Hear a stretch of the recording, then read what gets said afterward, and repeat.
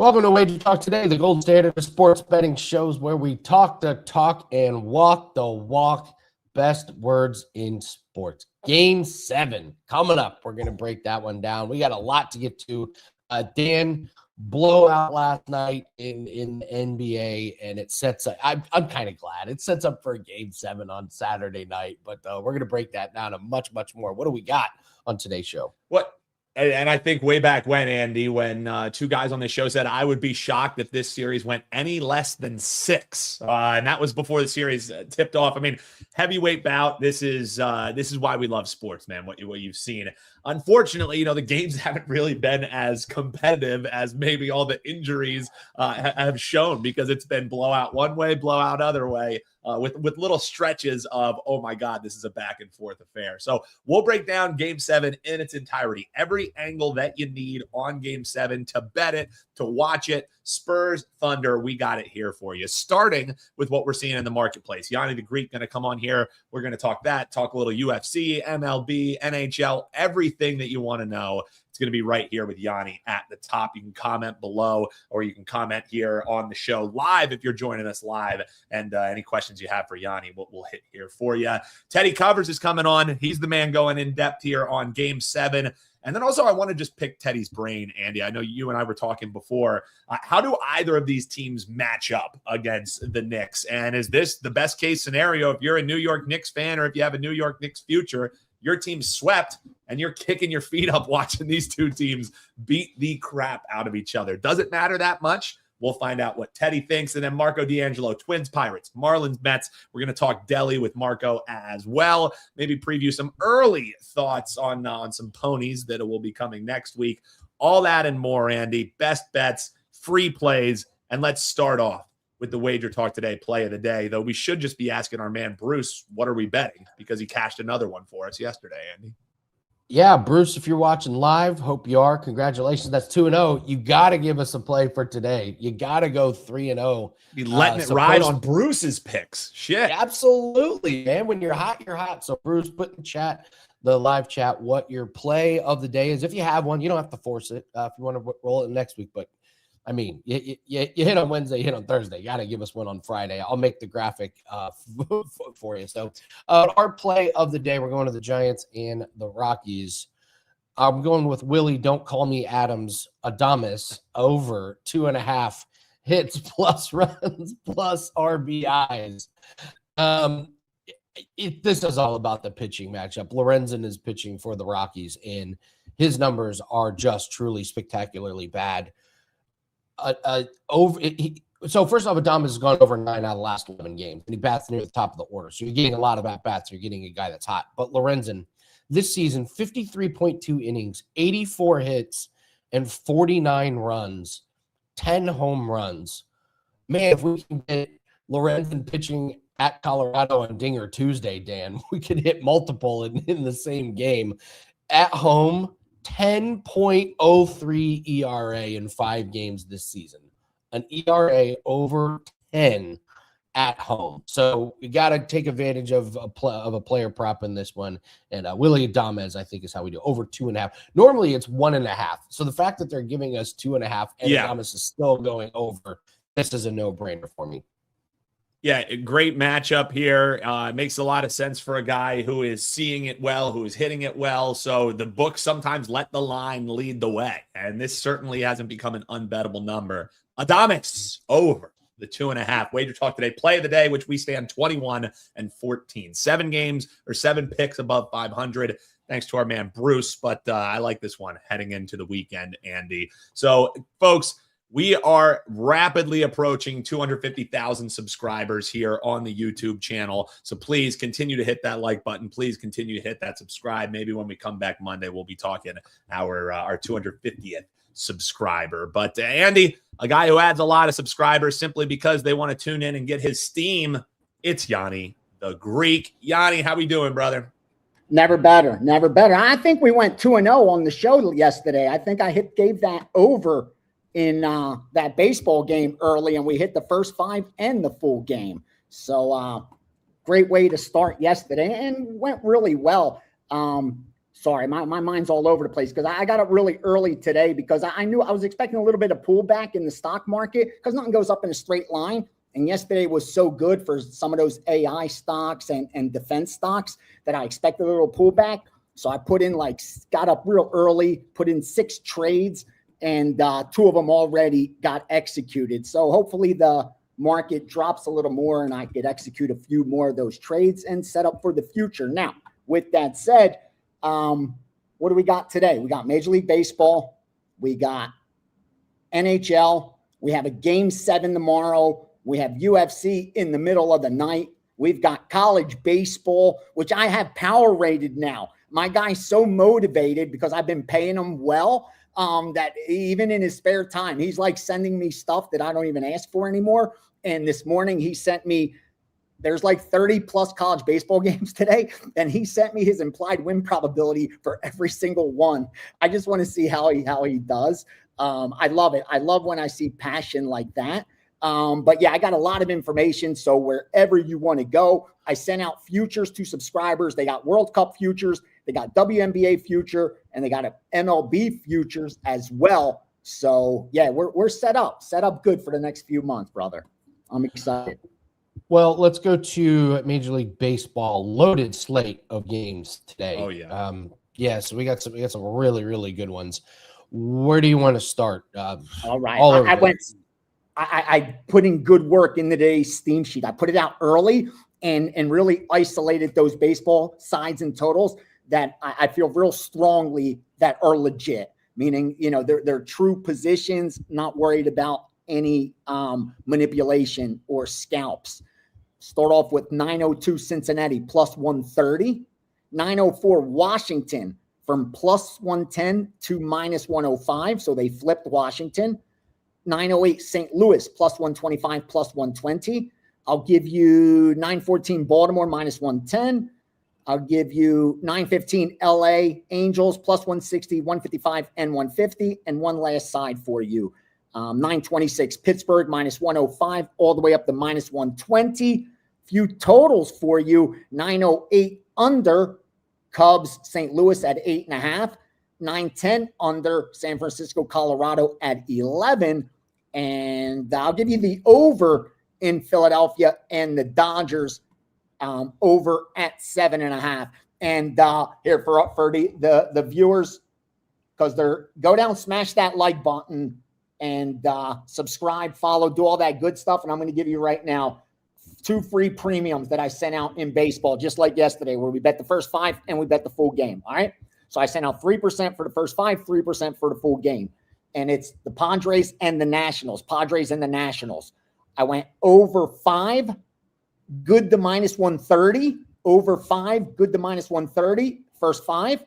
Over 9, good to minus 125. Over 9, good to minus 125. Padres Nationals. So I got 3% first 5, 3% full game. Personally, I bet them 4 and 4, 1% of bankroll. I bet 0.25 of the rating. So those are premiums. I have a 4% out in baseball that is attached to the Steam sheet. And I'm sure a couple more baseball come in between now and first pitch. So subscribers should be okay with sharing that info. But that's what we got early on so far in baseball. So those games you mentioned, is that what the Sharps are playing? Is that right? Yep. That they already bet into the accounts. Yes, sir. Did I hear they're betting on the Orioles? Mm-hmm. Baltimore again. They like this Oriole team for some reason. Let me see. Where's Baltimore stand right now? You know what's coming, right? Huh? You know what's coming. I have a question for your Sharps. Where is Baltimore? What's Baltimore's record right now? I'll tell you real quick. It doesn't matter. It's the pitching. Care to make things interesting, Sharps? We got to give away a 3-day pass. There's no way always you going can head to head trust with the Sharps. Trevor Rogers on the mound. So I will gladly take Toronto in a fun little head-to-head with your guys there, Gianni. So Dan, tell them how to win. I like Baltimore's at home. I'll take Baltimore at home in this. I love this. I like it. I like them to get Toronto won game 1, right? Yeah. I like Baltimore to bounce back. I like them to bounce back. Oh, we got a true All right, head-to-head. I love this because not only do the Sharps like it, Gianni likes it as well. So this is a fun one, folks. You can comment below after the show goes live. Let us know, Gianni, if you think the Orioles are the side, or let us know if you think Andy and the side he's backing is the way to go. Here, folks, comment below and include your WagerTalk username. If your side wins, and one of them will win, then we'll give away a free 3-day flex pass. We'll circle back, talk about it on Monday with Yanni. So we got a little head-to-head action. Everyone's a winner. It. Everyone's a winner. Yep. So comment below after the show goes live. I'm not surprised at all that Blocked is going with his man Yanni. That is the least surprising ride that I have ever seen in my life right there. So Blocked already. Get ready to comment after the show goes live, man, and we'll give away. Get that baseball game block. Go over San Diego, Washington. Get that. Love it. What are we seeing? We got opening lines for Game 7 of the NBA. We got a big NHL game tonight. Are we seeing anything in the markets? Real quickly, NBA, this is not a good setup for San Antonio. Here's what you're going to hear. The home team wins 70% of the time in Game 7. The NBA home teams wins 70% of the time in Game 7. But here's what I'm going to tell you. Like I said yesterday, that was a big spot for Oklahoma City to close it out. Very few series have played out like this series has, where the home team for the series loses Game 1. That's what happened to Oklahoma City. They lost Game 1. They win the next 2 games. Then they lose Game 4, win Game 5. They're supposed to close it out in Game 6. Historically, that's what you're supposed to do, especially in this round. When you don't do it, you don't get to the finals. In fact, 3 times, a small sample size, it's only happened about 3 times, I think, where it's played out exactly like this in this round. All those times, a team like Oklahoma City went on and lost Game 7 at home in the NBA. They actually lost Game 7. Now, in all the rounds, it's about 65%. It's like 13-7. If you look at the win order, how they've been winning, the wins and losses, that sequence. As far as where they're playing, which matters most, that's why home field advantage, you want home field in case there is that Game 7. In all the NBA rounds, it's high. Like a team like Oklahoma City has won 9 of 11 in this exact sequence in all the rounds. So historically, it does bode well if you're playing Game 7 at home, obviously. But the way this series is played out and just this particular round, like I have Oklahoma City. It just is not a great situation for them. Now, so far, I haven't seen any move on the side. I can tell you the sharp groups had Oklahoma City when the series started. In fact, they bet series Oklahoma City, and they even bet Oklahoma City -1.5 games. So that lost last night. They thought Oklahoma City would win by, that was their chance yesterday to win 4-2, would have covered the 1.5. So they already lost that series bet. Now they have a second series bet live with them to obviously on Game 7 money line. The key you got to pay attention to is what happens to this line heading into Saturday and leading up to game time, about an hour or so before game time. What happens to this money line more importantly? Are they going to try to hedge that future bet? They already lost one of them. Are they going to look to get off some of that risk that they have on Oklahoma City?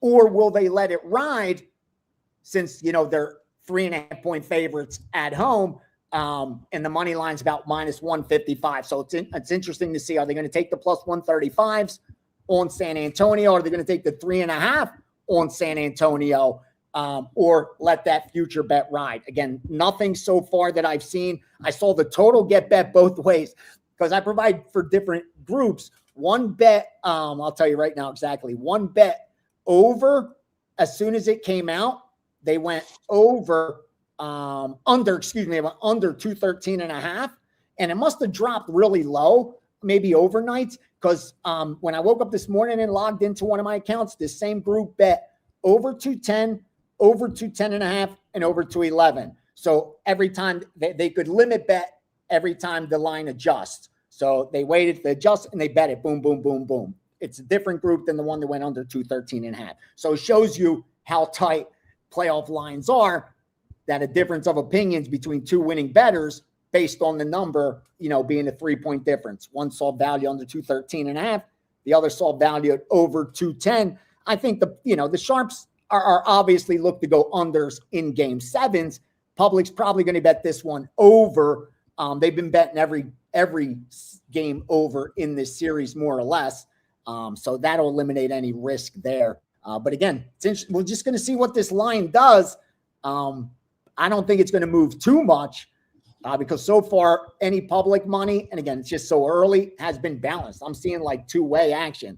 If the game was going right now, the sheet that I have access to, they've got just as many. They have pretty much 50-50 Spurs and Thunder bets from those recreational accounts that got out early. So big game 7. It's a good game to book. I think it'll be a good game to be a bookie on. Yeah, yeah, you know me, I don't mess around with the money lines or the spreads or anything, but boy, it feels like a tough game to handicap. Game 7, Spurs Thunder, that's a tough handicap. So I can't wait. Oh, and real quickly, because you mentioned it, and I think you guys are going to cover it. The new power ratings that I have, we have the Knicks now as the number 1 team. And believe me, my guy doesn't adjust like off of recency. If anything, he's real cautious not to allow recency bias to affect his power ratings. So he's strictly numbers based. That's why I love. He doesn't even know these teams, watch these teams. And he now has the Knicks as the number 1 power rated team based on their number 1 defense. The knock on the Knicks is their strength of schedule. They have the 30th strength of schedule, where Oklahoma City 10th, San Antonio 7th. So those two, strength of schedules a lot better than the Knicks. But defensively, I still think they're better. Obviously, their stats are going to be better playing the 30th toughest schedule. But I do think they are the best defense standing right now. But can they keep up offensively with either Oklahoma City and San Antonio? That's the question. Yeah, I mean, looking at the look-ahead lines, Thunder would be -6.5, Spurs -4.5.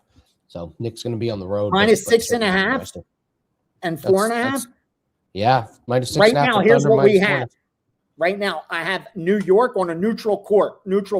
We have New York would be a 0.5-point favorite over Oklahoma City and would be a 1-point favorite over San Antonio. Oklahoma City's home court advantage, we have it at 2.5. We give them 2.5, and we give the Spurs 2. Spurs home court advantage only 2. So do the math there as you will. I think it's too high. Probably it's a lot of points. I wouldn't be surprised to see dog money come in. Either because Oklahoma City or San Antonio would be the favorites, right? Would be home. I mean, for the series. Okay. All right. I'm pretty sure. I'd take the dog game 1. I agree completely. 6.5 is just a ton. You worry about the rust, but who knows? Anything with the big NHL game? Oh, yeah, but we can't forget about that, right? Closeout game for Carolina. And usually you'll get the public that'll bet them. But I did see a sharp account that bet Carolina, immediately after last game. So they got down at a good number. And sometimes I'm cautious. Are they getting, just trying to get out ahead of the market? But then they came back and they actually laid 225. So the same guy that laid -210 came back and laid 225 for the same amount. So now he's got a dollar cost average is what?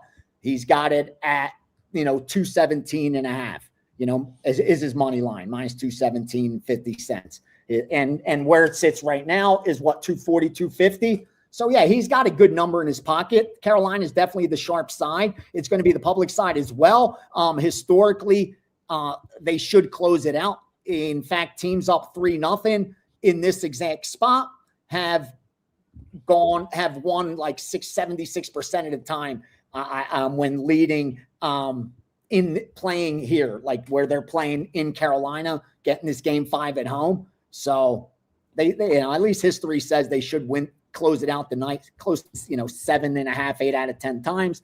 no surprise that the public and the Sharps are on Carolina. I think Carolina's, I said going in, they're the best team. I'm a little biased because I have a future on Carolina, but I'm comfortable with that. I do still have Carolina as the best team power rating wise. And I got lucky. Be careful what you wish for, but I do think I got lucky when they advanced, because I was more afraid of the Colorado than Vegas. Again, on paper at least, Colorado's more dangerous. So I'll take it with Vegas, and we'll see what happens. Hopefully Carolina shuts it out tonight for us and gets it done. But I like Carolina. Like I said, I have them for the series. I have them for a future. I'm not hedging anything tonight for Montreal. Montreal's tough, but hopefully they don't extend it. Close out with UFC. I know you mentioned Amorim. That line moved some. Yeah. Across the board, I'm not seeing a ton. You seen anything? No, actually, I bet that yesterday one of my originators asked me to fire an Amorim, and I released the subscribes because I don't release any stuff that my originators give me unless I already have a lean on it. I just don't think that's fair with MMA, because I like handicapping it myself. So to make a long story short, I had Amorim circled, so I was comfortable that they came in on Amorim. It was the line move based on where it opened that kept me off from firing, so I was glad they helped me come in and confirm it. The thing with this card is that the chalk at the top, it's trying to figure out, are you going to use – I think it's a great spot for Song Yadong to get Figueiredo on his resume. It's the price that keeps me off. I'm dying to go over 4.5 because I know historically if I just go blindly over 3.5 and 4.5, I'll make money. But I've stayed off of those the last few, and it's cost me, like with the Strickland fight. The narrative, I fell for the narrative. And you can't do that. That's what worries me with some of these totals. Like, to go over, but as the week progresses and you see all the breakdowns and people you respect, and you see interviews or whatever, you start to change your opinion with the narrative, and that's not a good thing. So I haven't bet it yet, but I do like the over 4.5. Figgy should be able to hang in there with Yadong, I think, and not get finished. But you'll be holding your breath for 25 minutes. It's a tough card. I do have now 4 premiums already, 4%, and a 3%. Still digging into that card. But so far, I got some good line value, good CLV. Now they got to go out there and do their job. I agree completely. I see money coming in on Jake Matthews, which I agree with completely. He always gets money, bro. You got to bet him as soon as the line opens. For some reason, market always seems Jake Matthews undervalued. He's just not consistent enough. Like, he'll win 3-4 in a row, and right when he gets cracks into those rankings, makes a move, he'll lose a fight he's not supposed to. You know what I mean?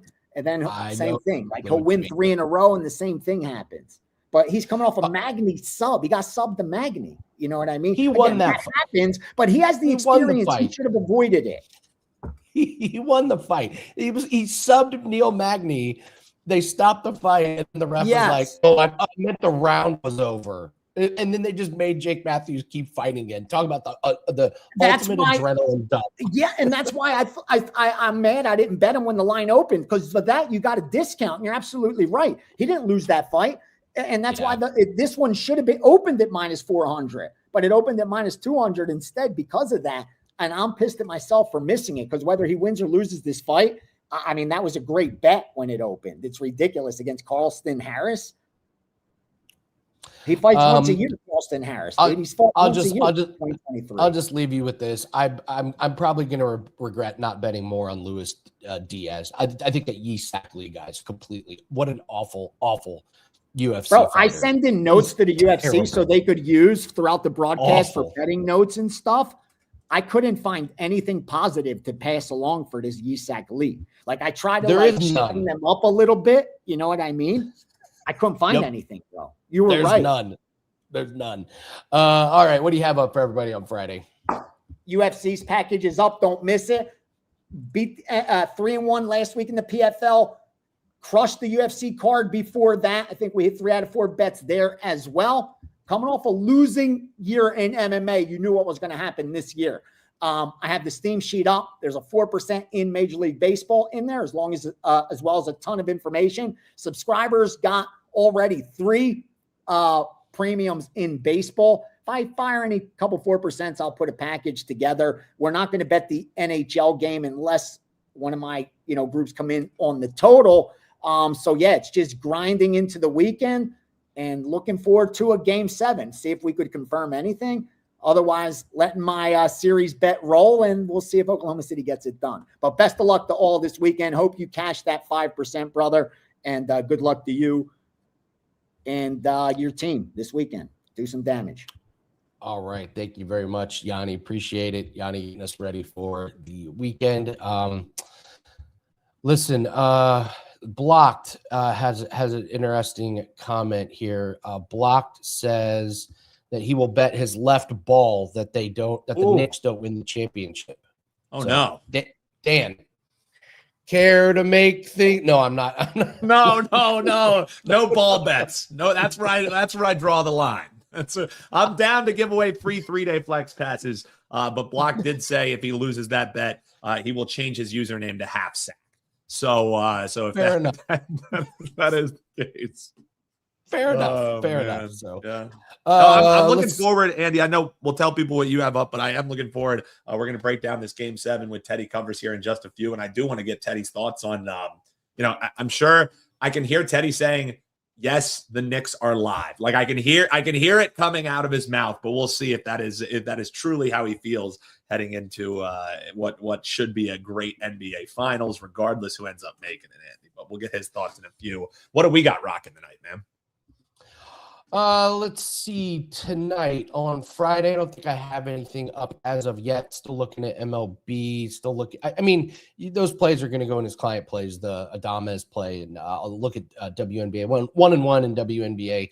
Lost the NBA bet last night. Those blowouts, man, on player props when your guy doesn't see the court for the fourth quarter, your bet's just a dead one walking.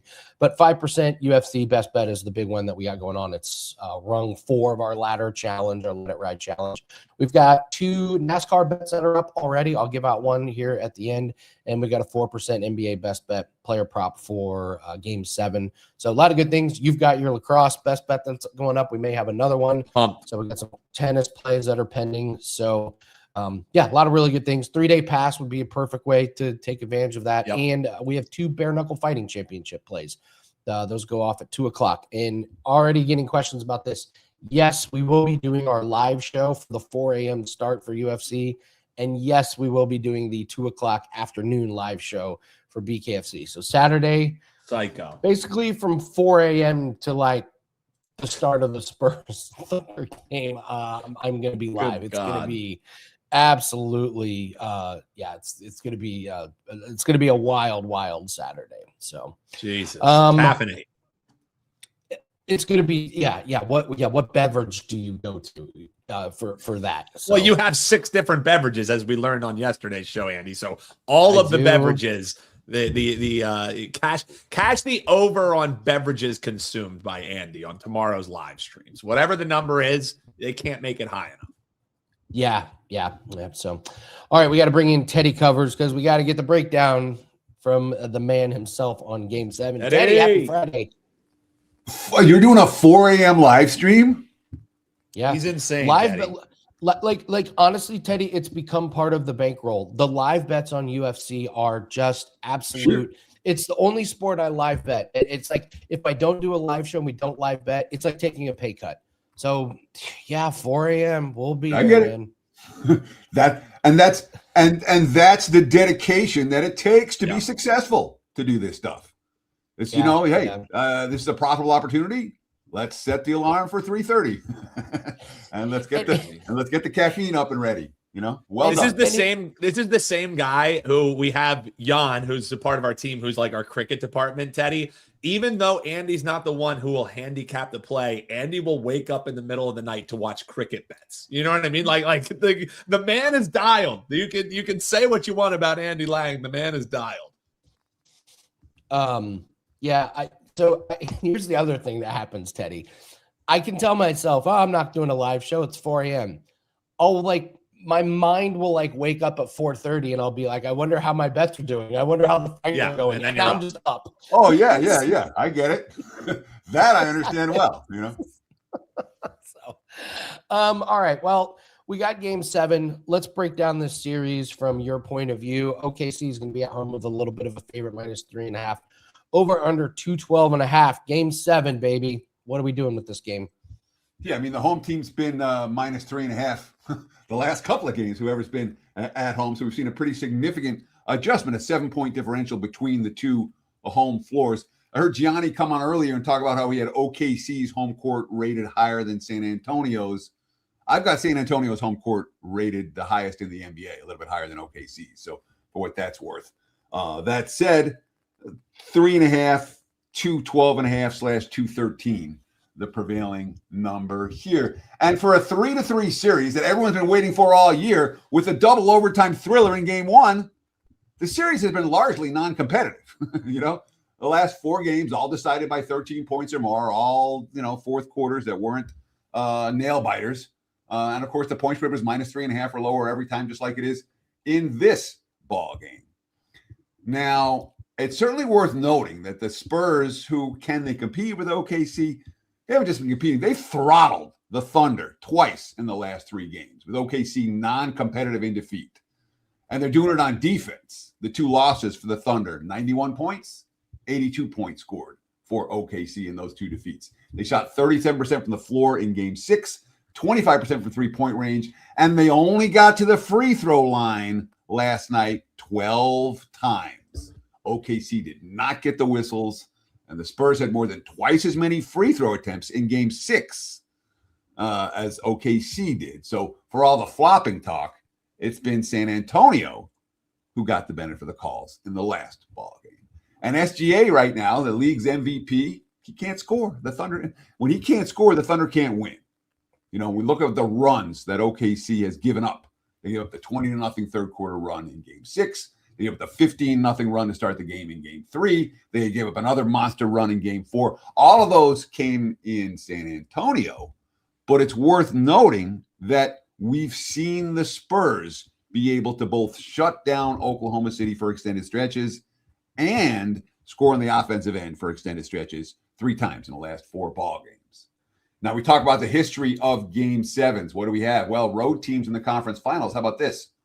4-0 straight up the last 4 road teams in the conference finals. 6-3 straight up the last 9 in conference finals. So to say, oh, just bet the home team game 7, that hasn't been the case. And I thought Gianni said something really smart earlier. He said teams like OKC, when they don't close them out in game 6, they haven't been winning game 7. I thought OKC was very live to close them out last night. I thought they were live at halftime to close them out last night. And they came out in the third quarter and laid an egg. Jalen Williams returned to the lineup, complete non-factor. He played for 10 minutes, and OKC got outscored by 18 during that span. He had 1 point, 1 assist, and 2 turnovers. I don't know if we see Jalen Williams for any extended time here. And, it's a scenario for OKC with the rotation as deep as it is. Do you need Jalen Williams? How much playing time is he going to get? Is he a factor? If I'm looking for player props, I'd look at Williams under. Shea was -28 last night. And, -28 in their time on the floor. And he shot 33%, 37%, 40%, and 35% from the floor the last 4 games. He had only 3 free throw attempts in game 6 compared to 17 in game 5. If Shea can't score, OKC can't win. And the scary thing for OKC is that the Spurs weren't even insanely good in game 6. I don't know. I mean, Darren Fox certainly had a better game in him than the one we just saw. If I'm playing a side here, it could only be San Antonio. Let's talk about the total. Obviously, we had 241 points for game 5. The series was 4-1 to the over after game 5. And then Thursday night, the total was bet up at about 219.5. The Spurs did their part. First half went over, but OKC shut down after halftime, only 38 points after the break. The game stayed under. There were no late scramble points in game 6 either. And of course, those scramble points can be so key. If the game's within foul and 3-pointer range and a team hits a 3-pointer or 2, you can get 10, 15, 20 points in the last minute or two of an NBA game versus last night where you got very few. Now, of course, the total 219.5 for game 6. What do we see for game 7? 212.5/213. So the markets have made a huge adjustment. The Spurs have proven they can slow down Oklahoma City. They have the number 2 defensive rating in the playoffs. The Knicks are number 1. Thunder number 5 in defensive rating. They've allowed 110 points per 100 possessions allowed in the series.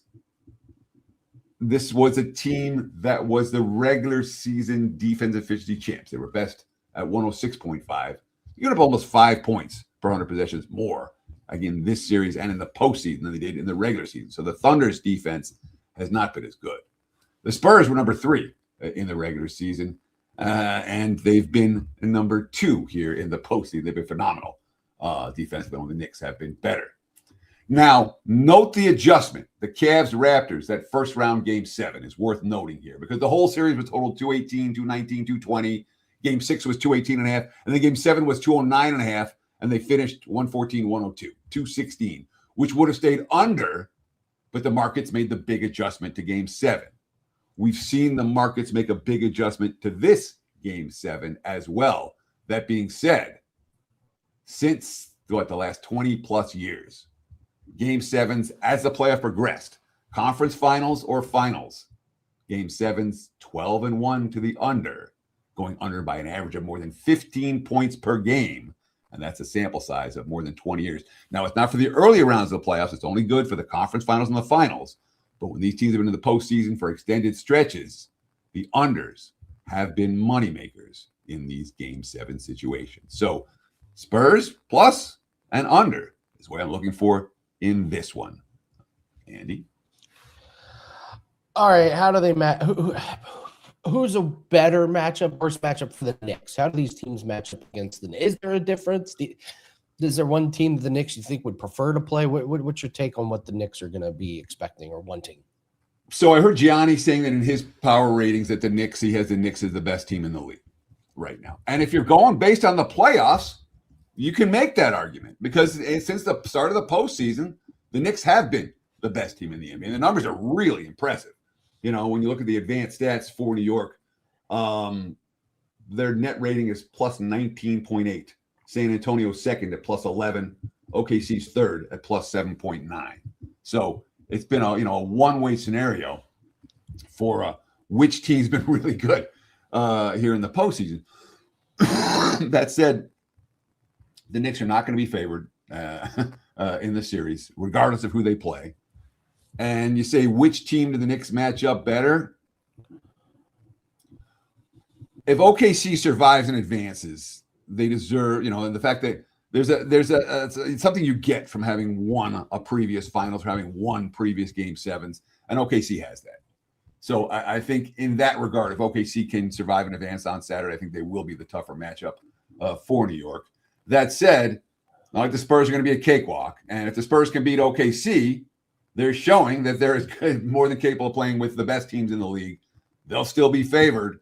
And it's not like San Antonio is a team that I think better to be rushing to take the Knicks against the Spurs. I don't know that the Knicks would be favored in any game in the series. Maybe game 3 if they're down 0-2 after losing the first 2 games. That would be the only scenario that I could see the Knicks favored against in any game against either the Thunder or the Spurs, assuming OKC or San Antonio are healthy. It just hit me. I'm getting nauseous thinking about having to listen to Knicks fans if they win the championship. That's going to be nauseating. It's been since 1973. They get you got to give these guys at one point in my life I was a Knicks fan. I would have gone crazy at one point. yeah, sure. When I was a fan, I was a Knicks fan. Like big time. Yeah. Back in the day. But the fandom days left me. It wasn't long. It wasn't long in Vegas where I'm like, yeah, I'm not really rooting for any teams anymore. I'm rooting for who I'm betting on these days. Nice. All right. Well, great breakdown on the NBA Game 7. I cleared my calendar. Nothing's better than a Game 7. So I'll be very excited. So what do you have up for everybody at Friday? Single best bet in MLB for tonight. We have a top total report that's going to fly over in what should be a slugfest. And, of course, we're locked and loaded with my best bet for Spurs, Knicks, Spurs, Thunder. Look at that, Spurs, Knicks. I already said Spurs, Thunder for Saturday night. You can get that on my homepage. There it is, right on the screen. WG.buzz/TC. All right, we're gonna have to clip that where Teddy said Spurs, Knicks, and send it out like Teddy knows something. Teddy, yeah, exactly. Yeah. Rage bait him. What does Teddy know? What does Teddy know? Exactly. Please do that, Chris. Clip that. What does Teddy know? Let's go, Teddy. Appreciate it, brother. Best of luck this weekend, man. Cheers, guys. Thank you. Thanks, Teddy. Get the conspiracy theorists going, man. Like nice Teddy covers from WagerTalk accidentally slips who plays in the NBA. Well, they all finals. comment below anyways, right? I'm always looking at the interactions with like Teddy and Marco. Yo, you work for the books. Yo, you work for the I love those comments. It's like, yeah, man, I'm totally. Yeah, you got me. Hands up. I every time. Use an extra paycheck. Where are the checks coming from? Trust me. I wish. Do you want to talk a little bit about the soccer game tomorrow? Yeah. We had a couple different questions, and we have Marco D'Angelo coming up. He's got MLB coming. Marco is one of the best NBA bettors. He's one of the best MLB bettors. He's one of the best NHL bettors. However, I have a feeling he doesn't have an opinion on PSG versus Arsenal. So those of you who are looking to bet the game at noon tomorrow, for me, this is under. So if you just look at the history of what happens in the Champions League finals, last year PSG raised the trophy and it was a 5-0 win against Inter Milan. No one really saw that coming, but they just came out absolutely firing. Now that could happen here, but this Arsenal defense is one of the best that we've seen in recent memory. Certainly one of the best that we've seen in the Champions League in quite some time. This Arsenal team on the year concedes less than a goal per game. They're just averaging 0.6 goals allowed here in Champions League action. PSG, also this is going to be neutral site game, so technically both of them are on the road. PSG's defense on the road has been very stout. They're averaging the exact same, just 0.6 goals allowed. And if you just look at recent history for these two teams, 6 straight games have gone under 2.5 in Arsenal games. 3 of the last 4 for PSG, outside of that explosion that they had against Bayern Munich, went under this number as well. So historically in these championship games, they're cagey affairs. Both of these teams, while they possess a strong counterattack, I think this is going to be a defensive battle. So don't sweat, folks, if there is a goal that gets conceded in the first half, or even 2 goals that gets conceded in the first half, because the last 4 times these two teams have met, the second half has been a draw. So it gets, even if it starts a little dicey, it gets super cagey late. We're going under the 2.5. It's -120. That's how I'm betting the Champions League final. Comment below and let us know how you're betting it. But there you go. That's my thoughts on the UCL final for you. Look, a hell of an impromptu breakdown, Dan. Good Lord. We're getting dialed in for the World Cup, man. Me and Jan, we've been getting dialed for the World Cup here for a while. So we've been paying attention to these leagues that are in play, making sure we're seeing how the form of players coming in. We've already loaded one of our first futures in the World Cup, WT.buzz/AL. We're going to be dialed for soccer or football for you guys in the weeks coming here, right here. So there you go, Andy. We're ready to go, baby. Well, let's bring in Marco. Let's talk some MLB. Happy Friday, yeah, Marco. PSG and Arsenal. Who do we like, man? Yeah, guys, you got that one right. I don't follow that particular sport, and I'll leave it to you guys, and you've done a fantastic job with it. And I'll be honest with you guys. When I first moved to Vegas in 2008, I think that we had a World Cup then. And I was absolutely shocked when I walked into the sports books and saw how many people were in the sports book at ungodly early morning hours watching and betting on soccer. So it is definitely a very popular sport. It has grown year by year. So maybe I'll have to dip my toes in, or I'll just, follow you guys that know what you're doing. How's that? Yeah, it's the same thing as I'm never going to tell anyone which horse to bet on, but I'll sure as hell ask Marco which horse I'm betting on. I can tell you that much. Marco, one thing you've also been terrific with, and a sport that you do follow, of course, is what's happening in Major League Baseball. And let's talk your Pittsburgh Pirates. I know one of your favorite things on Bet On It is to remind people that one of the most overrated angles in sports is revenge, right? Everybody loves the revenge handicap, and Twins manager Derek Shelton is making his return to Pittsburgh. This was the guy who got fired by this club back in May of last year. So, Marco, revenge game, baby. We got to pull off the rubber band for the Twins, right? What say you? No, let's not do that. In what we're looking at here, well, first of all, I can't trust the Twins. And really the way the Pirates have been playing too, you can't trust them. But what I like here is Pirates are sending Jared Jones to the mound. He is making his first major league start in over a year. He got hurt last year in spring training, required season-ending elbow surgery, and he's worked his ass off to get back to the big show.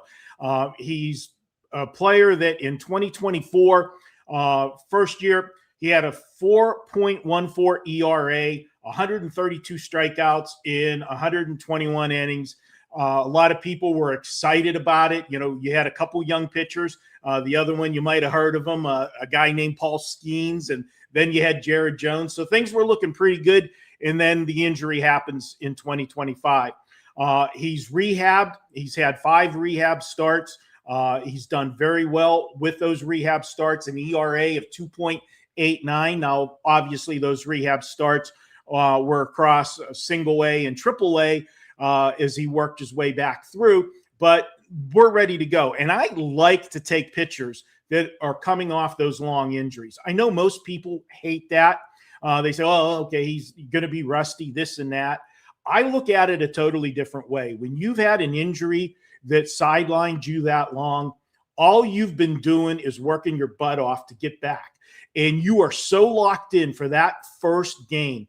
And not only are you locked in and you generally deliver a good performance, your teammates are locked in as well because they want to reward you with that victory because you work so hard getting back. And that's why I'm going to go ahead, side with the Pittsburgh Pirates here. Minnesota not scoring runs right now. They've scored 2 runs or less in 3 of the last 4 games. And it's a little quirky one, but the Pirates had that guy I mentioned pitching yesterday, that Paul Skeens kid. They lost. And for whatever reason, when the Pirates lose a game, when Skeens is on the mound, they seem to do pretty good in the next game. So I'm going to go ahead and take Pittsburgh here. It's not a homer pick, not a fading the revenge angle. It's just I like the setup here. I'll go ahead and take Pittsburgh. Yeah, no, Marco, we know you will bet against Pittsburgh the same that you'll bet on. The only best bet that you'll always bet in Pittsburgh is get the pierogies. That's the only best bet that you can guarantee you will be backing Pittsburgh on. We'll find out what you got rocking this weekend here in just a few. We have some great deals over at Marco's page, wt.buzz/MD. But first, let's talk this Miami and New York Mets game, coming off a little rest, which maybe it's what the Mets needed. But the way that they won Wednesday, Marco, it's like, okay, you finally got it done, Mets, but there is no way that in any way is going to be how you can get it done moving forward. So, hey, they finally got a little wind in their sails, Marco. Do the Mets finally start turning around? Is that the momentum that they needed? How are you looking to bet this as the Marlins are coming to town for a weekend set? Well, if you're a Mets fan, you know, it's been a frustrating season. There's no question about that. If you've been a Mets bettor, it's been an even more frustrating season because just when you thought they turned the corner, they rolled off 6 out of 7. Okay, here's the Mets we thought we were going to have at the beginning of the season. What do? They come back and go 2-7 over the next 9 games. And they're having trouble scoring runs. They've scored 2 runs or less in 6 of the last 7 games. That's not going to win you a lot of ball games. So on paper, this game tonight doesn't look like it should get any easier for the Mets. And why I say that is because they're going to be facing Max Meyer for Miami. He's allowed 3 runs or less in 10 of his last 11 starts. He's had 11 starts this year. But more impressively, in 5 of those starts, he's allowed 0 or 1 run. So how are the Mets going to get it done? Well, you talked about revenge, and this is a quick revenge series. These two just met last week in Miami, and Miami swept them. And no, I'm not going to back the Mets simply because this is a revenge angle. What I'm going to look at is the pitching matchup. And I just praised Max Meyer for how well he's pitching. Why would I want to step in front of him tonight? Well, here's why. He's a young pitcher. He's only made 36 career starts so far. One of the reasons for his success has been teams don't know him. They haven't seen him. And I say it all the time that young pitchers, first time around the league, they've got the advantage over the hitters. That's why so often you'll see somebody, rookie pitcher has a great first half, and then they hit the dog days of summer, August and September, and all of a sudden they're not as effective. And everybody is quick to say, well, they're not used to logging that many major league innings. Yeah, that's part of it. But the other part of it is in August and September, they're facing division rivals for the second, third, even fourth time on the season. So they know them now. Well, Max Meyer is going to be facing the Mets in back-to-back starts. That's bad, in my opinion. That gives the Mets the advantage. They just saw him last week, and I think they'll be able to get the job done seeing him the second time in back-to-back starts. Also, the Mets are throwing a guy that's not a slouch either. Freddie Peralta goes, and he has been pitching well. Now, granted, he was on the losing end of that 4-1 score last week. Went 7 innings, though, 4 runs. Generally you can live with that start. But if you look at his 11 starts this year, 9 of the 11, he's given up 3 runs or less. So just as impressive. And here's a stat that I just can't look past with Freddie Peralta. When he is pitched at home and has been a favorite of 150 or less, his team is an eye-popping 30-11. I'm going to go ahead and take the Mets tonight. Yes, it's a revenge game, so to speak, but it's more so seeing the same pitcher, that young pitcher that you weren't familiar with, a second time in a week.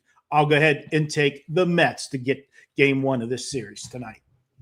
Man, I don't know what it is, Marco, but somehow you made me feel good about backing the New York Mets, which is something you haven't been able to say this year. So great handicap on that one, Marco. Love the breakdown there. I was checking out your page. I see you haven't loaded anything quite yet, but I'm sure this will be a weekend where action's going to be coming in. So folks, check it out, WT.buzz/MD. We still have that 3-day pass available. You can also get the rest of the year for a great price, Marco. So even if we're not locked and loaded yet, we're finalizing the card, and what are folks going to find? Yeah, it's Friday mornings, guys are ridiculously busy here. And remember, we're on the West Coast, so you guys got a 3-hour jump on us. But we got, WagerTalk Today in the morning. We've got the deli coming. I'll be recording that within the next hour.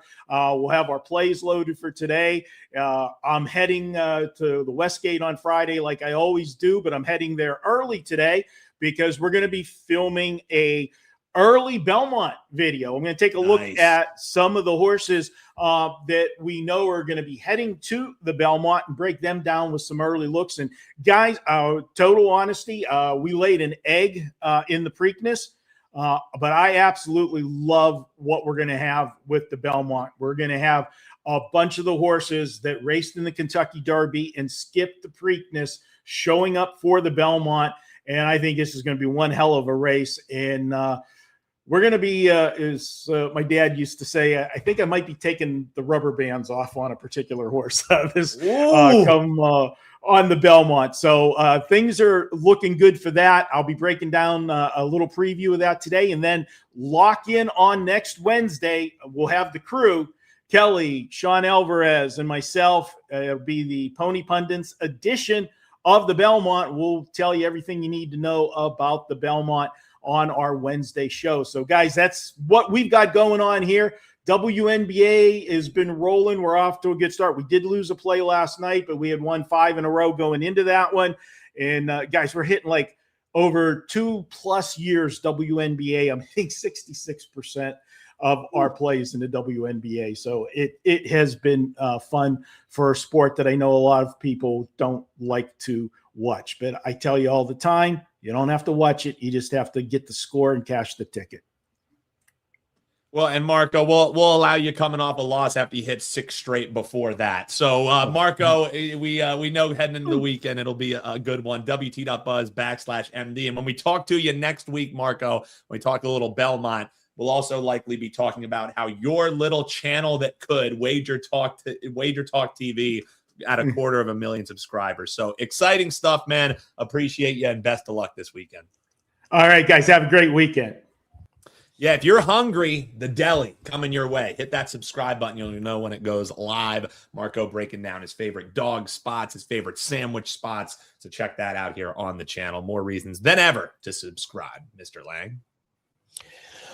Yeah, we got all around the world coming up. A couple things. I recorded the prop line. We did our same game parlay for Game 7 of the NBA Finals. I also did a bonus same game parlay for UFC main event. So there's a way to lock those in, play the days up. So also, I did a bare knuckle fighting championship breakdown for BKFC 90 that goes on Saturday because we have 2 plays in there, and I love our plays this week.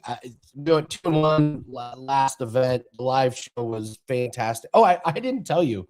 We're doing our live show, and some guys like, I like this guy, like this guy is like, wow, you know what you're talking about. It turns out he's an actual bare knuckle fighter. He's fighting July 3rd. Oh, no shit. Yeah, Let's go. Out with us. It was awesome. It was awesome. Niceem is his name. NYS. Nice. He goes by Prince Niceem. So yeah, awesome. that was the first. But yeah, so that video, those are on the Winning in the Shadows YouTube channel. There's not a huge audience for it, so I don't put them up on WagerTalk. But you go to Winning in the Shadows YouTube channel, the bare knuckle fighting championship breakdown videos are play. So love it.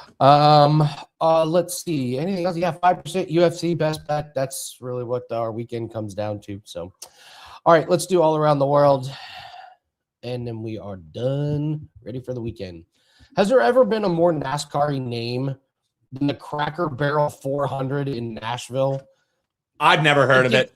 No, I've never heard of a more NASCAR name than that.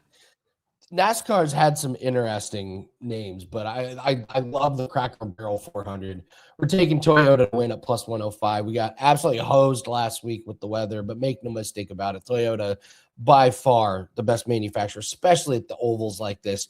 You've got Denny Hamlin, Tyler Reddick, you've got Chris Bell, you've got Ty Gibb. Like basically 4 of the 5 best cars are Toyota. So go back to it at plus money. Don't wait until after qualifying because these guys are going to qualify well on this thing's. You're not going to get this price anymore. The Canadians and the Hurricanes. I saw this one. This is insane. Anderson's save prop is 18.5. That is the lowest save prop I think I've ever seen. But Dan, Montreal cannot get shots on goal. Anderson has gone under this in 8 straight versus Montreal. Montreal cannot get 8 straight games under this. It just, there's no shots coming from Montreal. Wild. So I'll take the under 18.5 saves. So those are your 2 free plays. So, all right. Love it. Let the line lead the way on that one, baby. Let the line lead the way. The other goalie is 28.5. 10 Jesus. 10 shots difference. So, all right, that's going to do it for us. Great show. Thank you to all the guests this week. Thank you to chat. You guys rock. Don't forget 3-day pass. We're giving away a 3-day flex pass. All you got to do is put in the comment section whether you agree with Gianni and the Baltimore Orioles or if you agree with me and the Toronto Blue Jays. It's been rough going against me. I'm just saying. I'm just saying. I've done. I'm pointing the way that I would comment, Andy. That's all I'm saying. The Sharps, they've been getting their ass kicked by my man. It's Trevor Rogers pitching for Baltimore. He's a disaster this month. So, all right, it's gonna do it for us, guys. A lot of good bets this weekend. WT.buzz/AL. That's where you can get some articles, some free plays, as well as all of our paid plays. Good luck on your bets. We'll see everyone Monday. Take care.